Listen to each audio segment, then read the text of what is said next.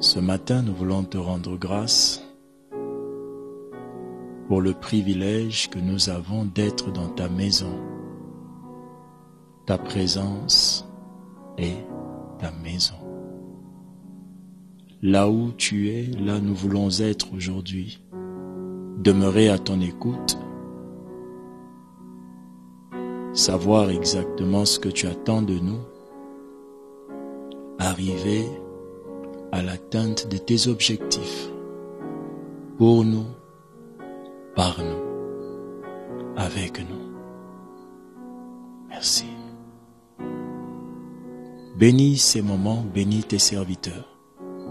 Bénis tous ceux et celles qui sont appelés à l'exercice du ministère.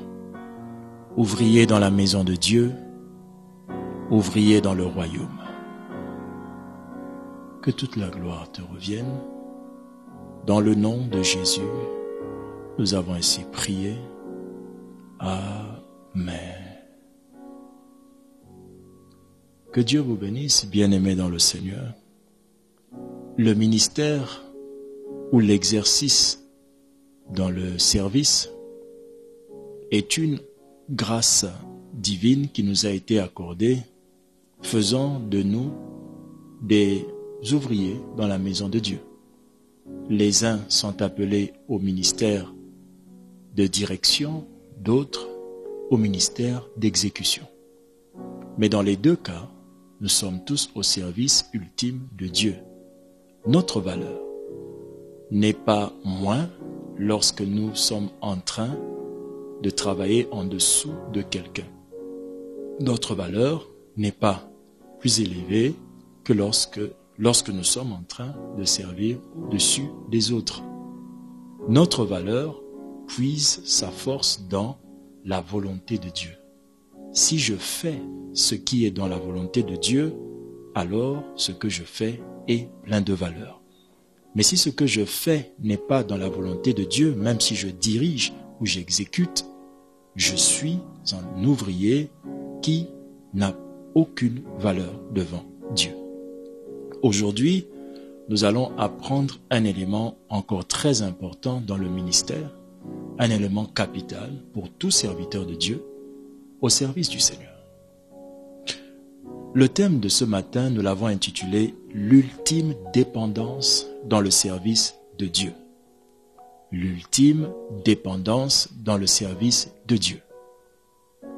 Bien-aimé, il est vrai que lorsque l'on sert Dieu, on finit par acquérir beaucoup de connaissances, d'aptitudes, allais-je dire.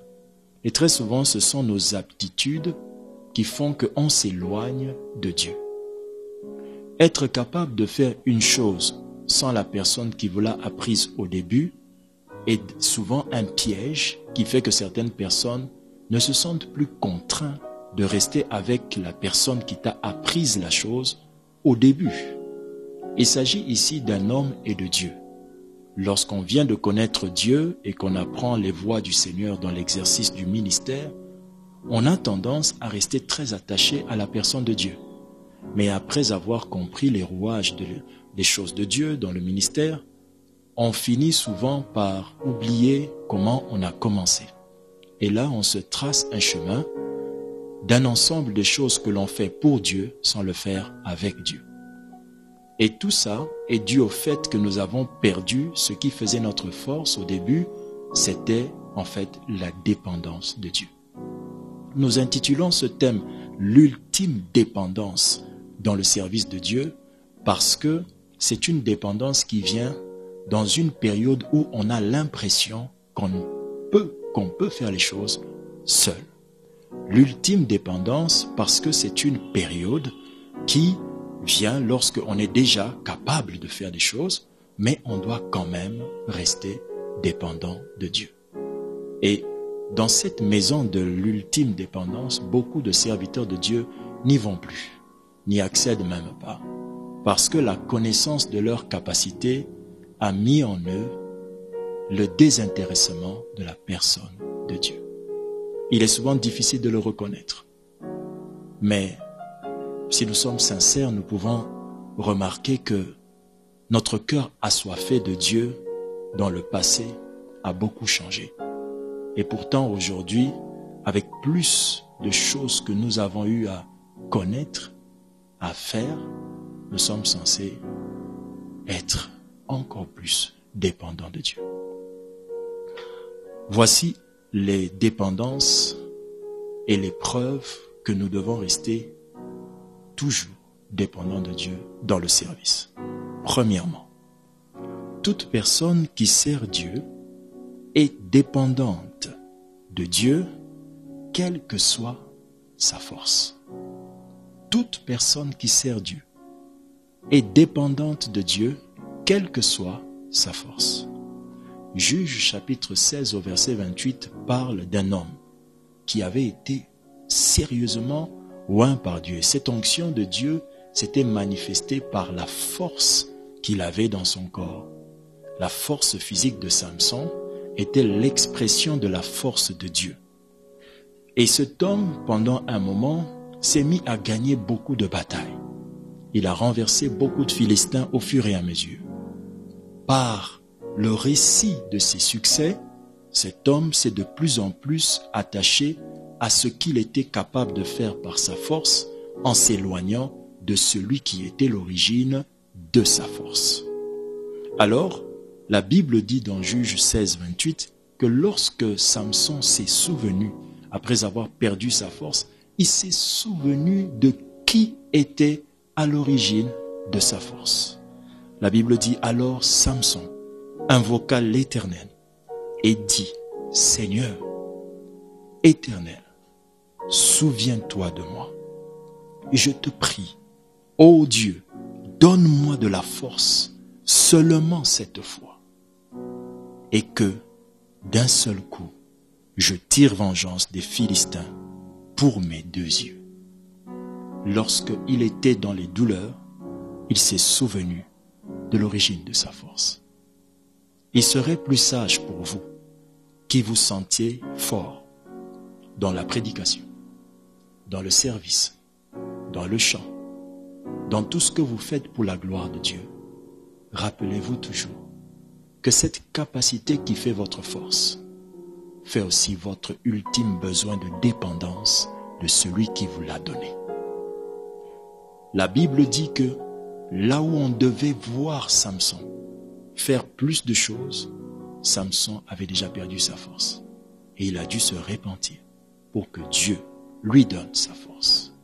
Premièrement, toute personne qui sert Dieu est dépendante de Dieu, quelle que soit sa force.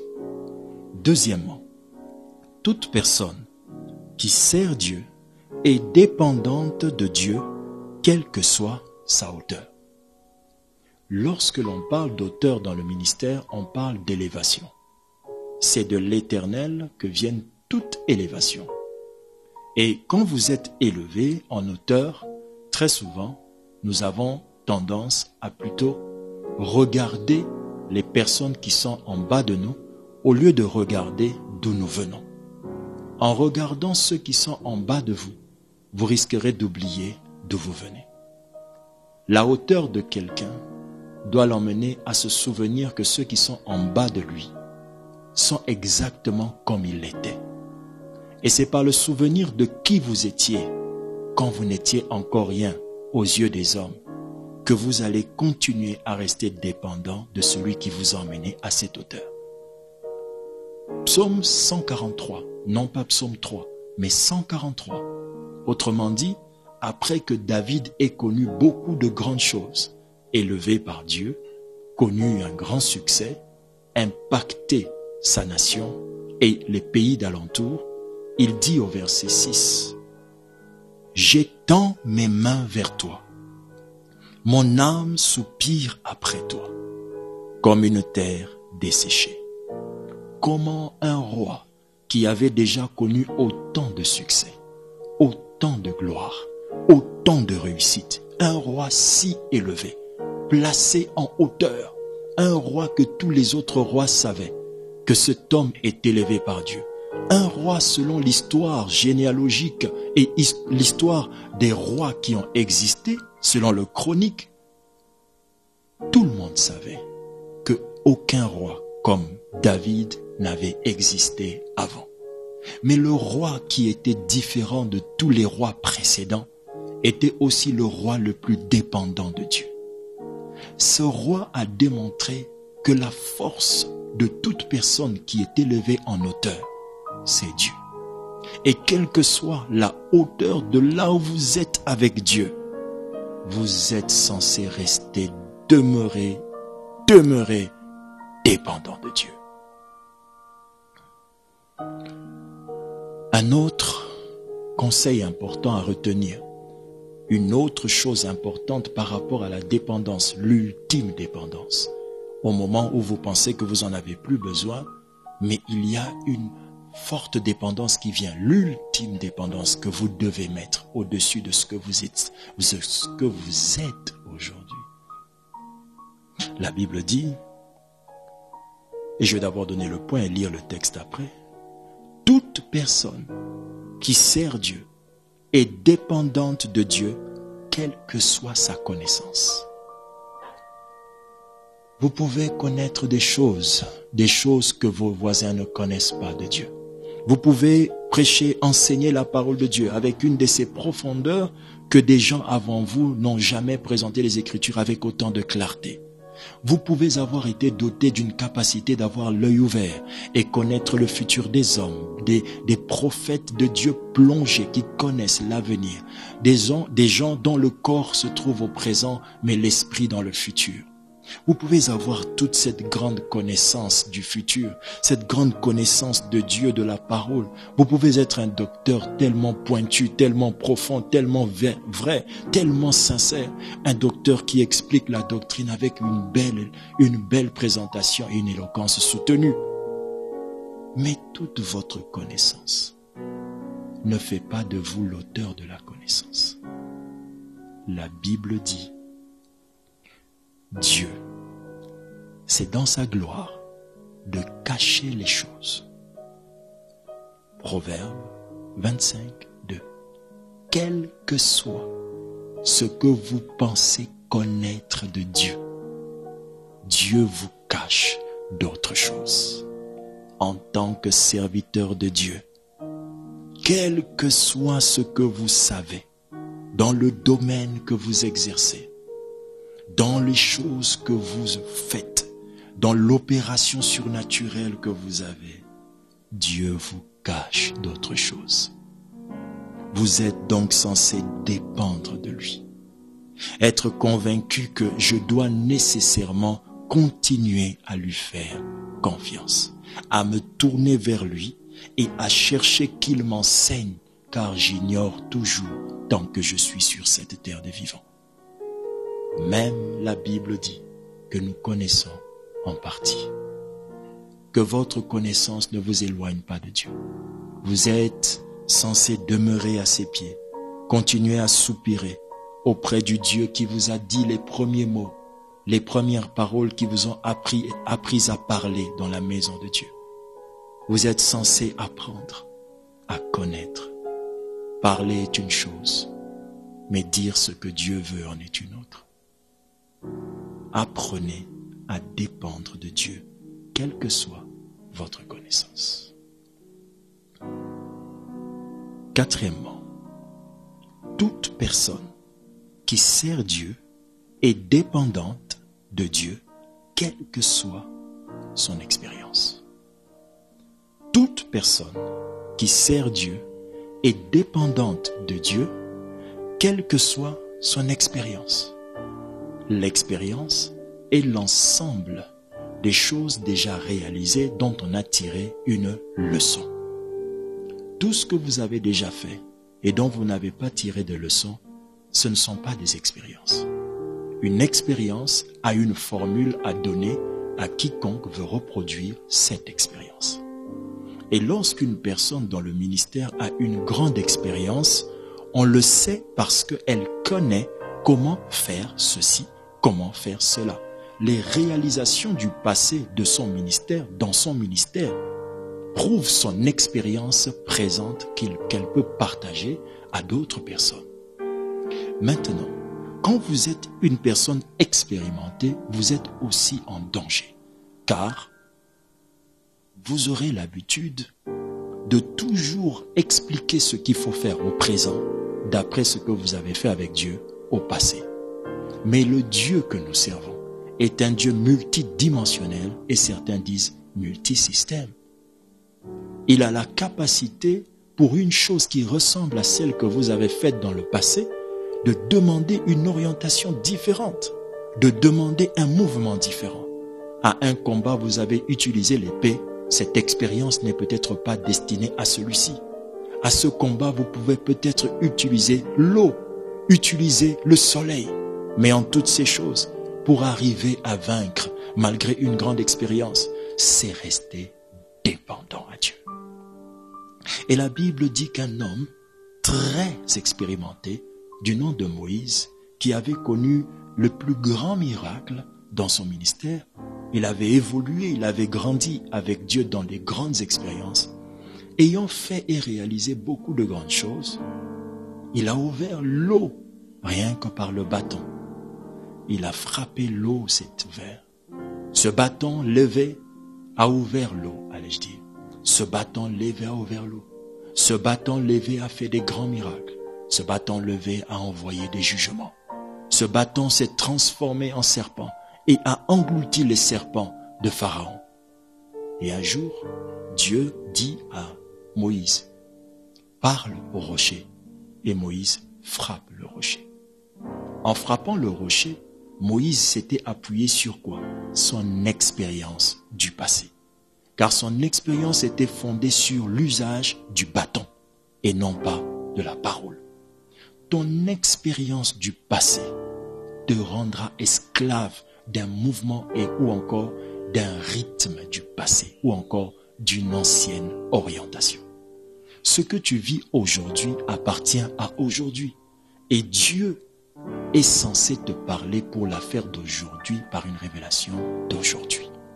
Et l'expérience merveilleuse, pas mauvaise mais bonne de Moïse est devenue l'objet de son échec. Ce que vous avez connu avec Dieu ne vous éloigne pas et n'écarte pas de Dieu. Au contraire, parce que j'ai vu Dieu me demander de faire une chose et j'ai gagné, je suis obligé de dépendre de lui car je me souviens que qui me l'avait dit, c'était lui. C'est celui qui m'a parlé pour utiliser mon bâton, qui me parle aujourd'hui pour utiliser ma voix. Et cette expérience du passé a été le piège de Moïse. La Bible déclare, dans Nombre 21, puis Moïse leva la main et frappa 2 fois le rocher avec sa verge, la même verge. Ce que vous connaissez de Dieu vous cache aussi beaucoup de choses que vous ignorez. Lorsqu'on utilise quelque chose avec sa main, on oublie que l'on a un pied. Lorsqu'on utilise quelque chose avec sa main, on oublie que l'on a une voix. À force d'utiliser une capacité dans le ministère, souvent on oublie l'exercice des autres capacités. C'est pourquoi vous devez dépendre de Dieu. Dépendre de celui qui vous avait donné le bâton. Hier, quand il vous avait dit, prends la verge et jette-la, étiez-vous sûr qu'elle se transformerait en serpent? C'était un miracle. Vous êtes rentré chez vous, vous étiez étonné. Vous avez dit, j'ai jeté le bâton. Il y a eu ceci, j'ai imposé les mains à cette femme. Elle était guérie. Votre cœur étonné prouve que ce que Dieu vous avait dit venait de Dieu et que vous n'étiez pas capable de le faire. Sur quelle base aujourd'hui vous vous appuyez sur cette ancienne expérience du conseil réussi, de la prédication réussie, pour vous éloigner de Dieu dans la préparation de votre message, dans la préparation de votre culte, dans la préparation de votre service? C'est le Dieu qui vous a donné le bâton, qui a autre chose qu'il peut vous donner. Dépendez de Dieu, quelle que soit votre expérience. Cinquièmement, toute personne qui sert Dieu est dépendante de Dieu, quelles que soient ses promesses. Quelles que soient les promesses que vous avez reçues de Dieu, vous restez dépendant de Dieu. Le Dieu qui vous a dit « je ferai ceci avec toi » est le même Dieu qui a d'autres choses qu'il veut faire avec vous. La Bible déclare dans Ésaïe 42, 9, « Voici les premières choses se sont accomplies, et je vous en annonce de nouvelles. Avant qu'elles arrivent, je vous les prédis. Dieu qui a dit des choses avant, dit les premières choses se sont accomplies. Voici, je vous annonce des nouvelles. Qu'est-ce que cela veut dire? Le Dieu qui vous a donné les promesses a d'autres promesses à vous communiquer. Mais ces promesses qu'il a à vous communiquer dépendent de votre attachement à sa personne. Car si les premières promesses vous ont éloigné de Dieu, vous ne recevrez pas les prochaines promesses. Les prochaines promesses dépendent de ce que vous avez fait des premières promesses. Dépendre de Dieu, l'ultime dépendance de Dieu, quel que soit le service que vous faites, vous aide à découvrir de nouvelles choses, de nouvelles promesses que Dieu a sur vous. Si Dieu avait appelé Abraham en lui disant que je te donnerai un fils, la promesse ne s'arrêtait pas là. Elle disait aussi, je ferai de toi le père d'une multitude de nations. Dans la promesse que vous avez reçue, votre dépendance à Dieu fera que vous comprendrez mieux la promesse et vous en découvrirez de plus grands aspects qui sont rattachés à quoi? À cette promesse. Il faut dépendre de Dieu. Aussi vrai que vous avez vu les foules que Dieu vous avait promises de voir dans le ministère, souvenez-vous que celui qui avait dit ça est un Dieu de nouvelles choses. Il peut vous dire d'autres choses. C'est dans cet accomplissement de ces nouvelles promesses, restez attachés et vous écouterez d'autres nouvelles promesses. Il annoncera des choses nouvelles. Avant qu'elles arrivent, il va vous les prédire, mais à condition que vous restez dépendant de lui. Sixièmement, toute personne qui sert Dieu est dépendante de Dieu, quelle que soit son origine ministérielle. Toute personne qui sert Dieu est dépendante, quelle que soit son origine ministérielle. Ici, prenons l'exemple de Salomon, fils de David. David, plus grand roi d'Israël. Malgré son origine, son attachement, son origine venant et provenant de David, Salomon ne s'est pas dit, j'irai, je monterai sur ce trône et je serai un grand roi. Mais il est allé voir Dieu. Il a offert 1000 holocaustes. Lui qui était fils de roi, enseigné dans la maison de roi. Car dans la Bible, lorsqu'on parle de la mère d'un roi, on sous-entend l'influence de cette mère sur cette personne. Et la mère de Salomon a été citée. Et le prophète Nathan a été cité comme étant des personnes qui aimaient Salomon. Et le jour que Salomon était né, la Bible dit Dieu l'aima. Malgré toute cette garantie, il est quand même allé chercher Dieu. Un serviteur de Dieu dépend de Dieu, quelle que soit son origine ministérielle. Ce n'est pas parce qu'il était fils de David qu'il était exempté d'aller chercher Dieu. Vous êtes le fils spirituel d'un pasteur très connu, gloire à Dieu. Mais ce pasteur n'est pas la porte du royaume. Vous êtes le fils spirituel, la fille spirituelle d'un serviteur, d'une servante de Dieu très connue, gloire à Dieu. Cela ne vous donne absolument pas une garantie de réussite dans le ministère. Être doté des capacités ou avoir reçu des informations ne veut pas nécessairement dire que vous allez être la copie de votre pasteur. À cause du fait que Salomon est allé voir Dieu et a prié pour que Dieu l'aide, Salomon est devenu ce qu'il était censé être. Mais il n'est pas devenu la projection de David. Il n'est pas devenu la copie de David. Il est devenu le roi Salomon, le roi de la sagesse. Lorsque vous avez une belle origine ministérielle, la crainte et le danger, c'est que vous risquerez de vouloir reproduire ce que votre père spirituel est. Mais quand vous comprenez que même si je suis né dans cette grande famille ministérielle, c'est pour moi une base.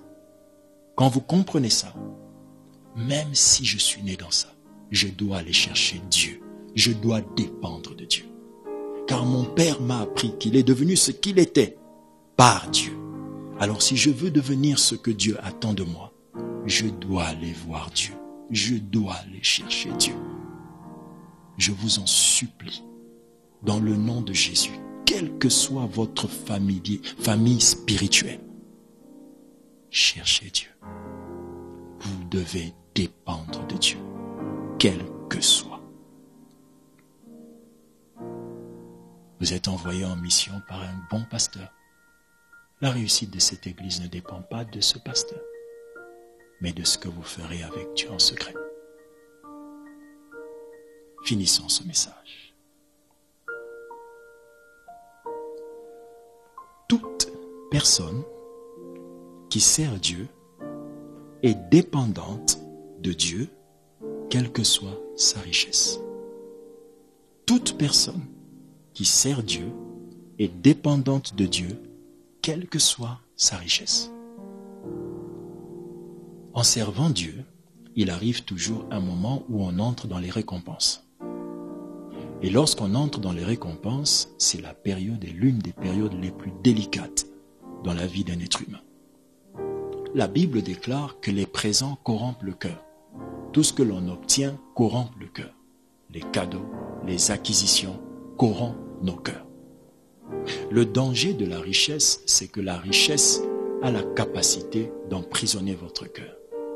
La richesse a aussi la capacité de vous emmener à dépendre de cela parce que vous savez que vous avez la capacité de réaction. La richesse, c'est cette chose que vous avez en argent, en or ou en connexion qui fait que vous avez réponse à tout. La Bible dit, l'argent répond à tout, mais sauf au ciel. Vous n'achèterez jamais une orientation divine. Votre richesse n'achètera jamais une dimension divine avec Dieu. C'est votre cœur. C'est votre cœur qui déclenche les dimensions avec Dieu. Écoutez, la Bible dit, l'Éternel appauvrit et il enrichit. Il abaisse et il élève. C'est donc Dieu qui est l'auteur de la richesse. La richesse que vous avez, c'est Dieu qui vous l'a donnée.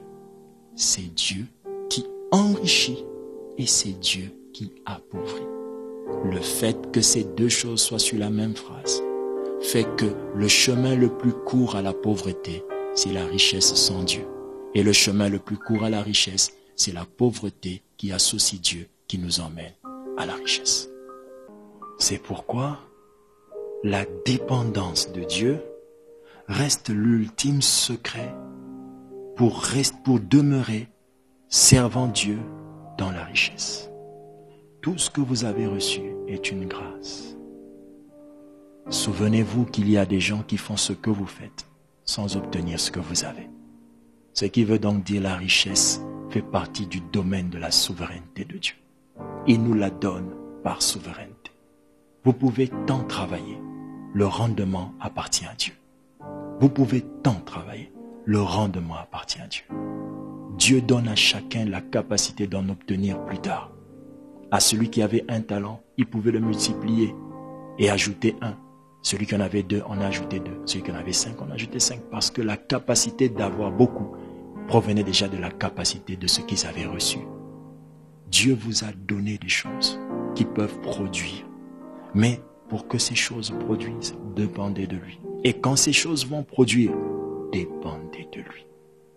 La plus grande erreur que nous commettons, c'est de définir Dieu d'après ce que nous avons vu aujourd'hui. C'est une très grande erreur. Vous pouvez devenir plus grand que ce que vous êtes. Vous pouvez obtenir plus que ce que vous avez.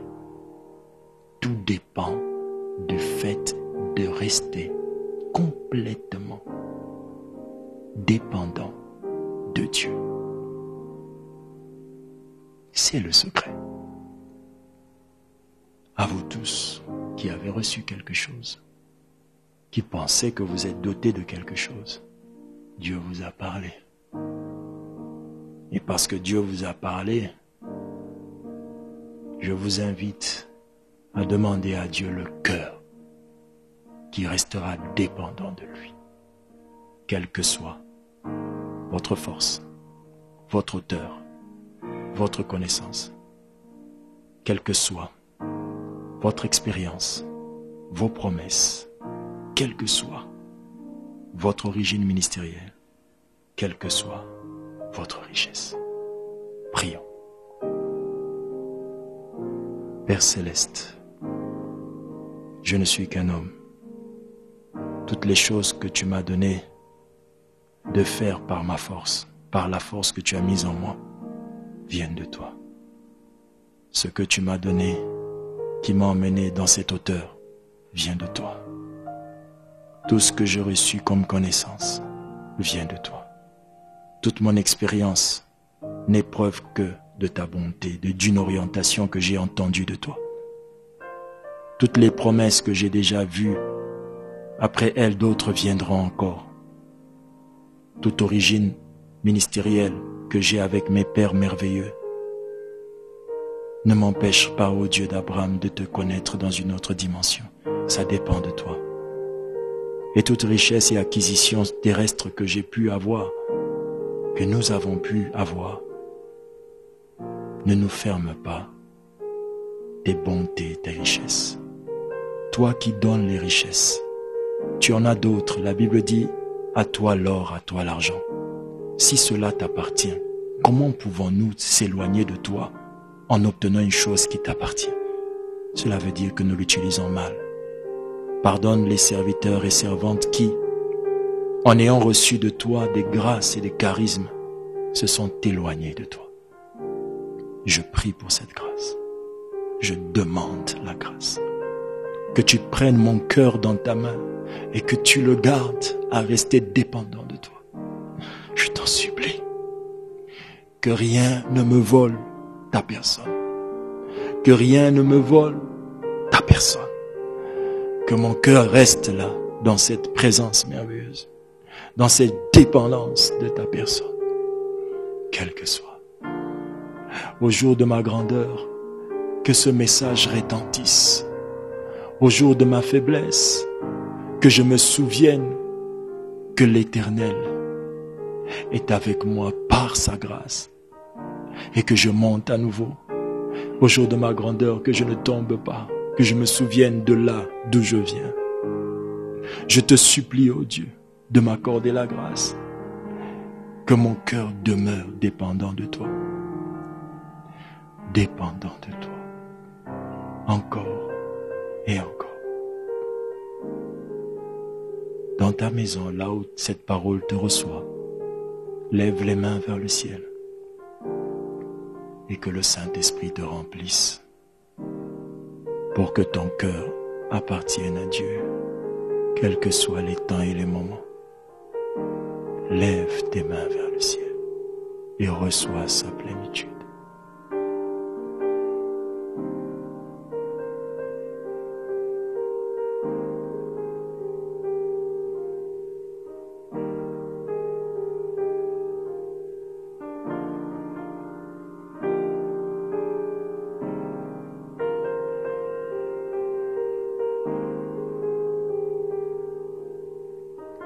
Recevez sa grâce. Recevez sa grâce.